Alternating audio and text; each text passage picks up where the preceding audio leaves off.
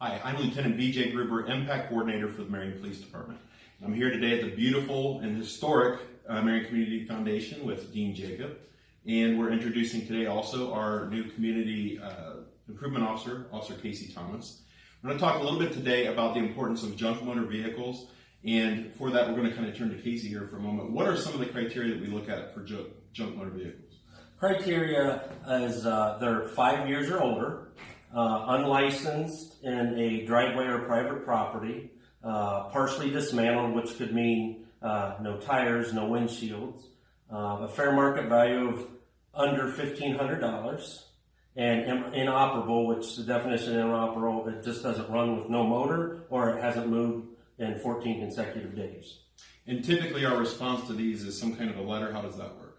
Yeah, what I do is I give a warning letter, which will tell you either have 15 days to comply with this, or you could be summoned to court, which could be a $250 fine, or there'll be a 10-day notice on it, which means you need to comply within 10 days, or I'll be back to talk to you to comply, or you get a summons to go to court. So we're working hard to educate and inform people in advance of issuing citations and so forth. That's correct. I prefer compliance over any type of fines at this point. Sure. And listening to the feedback that we've had from our community, one of the things that we hear is, it's my backyard, why should it matter to anyone else? And the reality is that when we live in a municipal environment inside of the city, all of our property values are attached. Our neighbors' problems are oftentimes our problems. So when we're in this business of trying to really rejuvenate our community and improving the way that it looks, it really is important that we pay attention to things like this. And that's one of the reasons that we pulled in Dean here today, is I think very few institutions have their finger on the pulse of the community quite like the Community Foundation does. So help us understand, Dean, how is there a connection between the way things look and the way that we feel about our community? So at the Marion Community Foundation, we're proud to be the home of the Marion Made Community Pride campaign.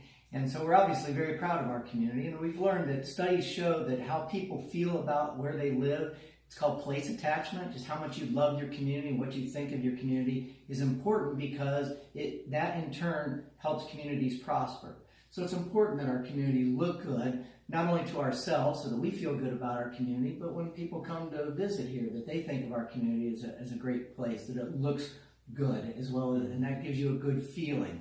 So, we applaud the efforts of the Impact Program, the Marion Police Department, the City of Marion, to educate people and make people understand exactly what we're trying to do in terms of improving the health and overall appearance of the community, and to make Marion, to be that place where we all want to live, work, play, and visit, and keeps improving Marion and making Marion moving forward.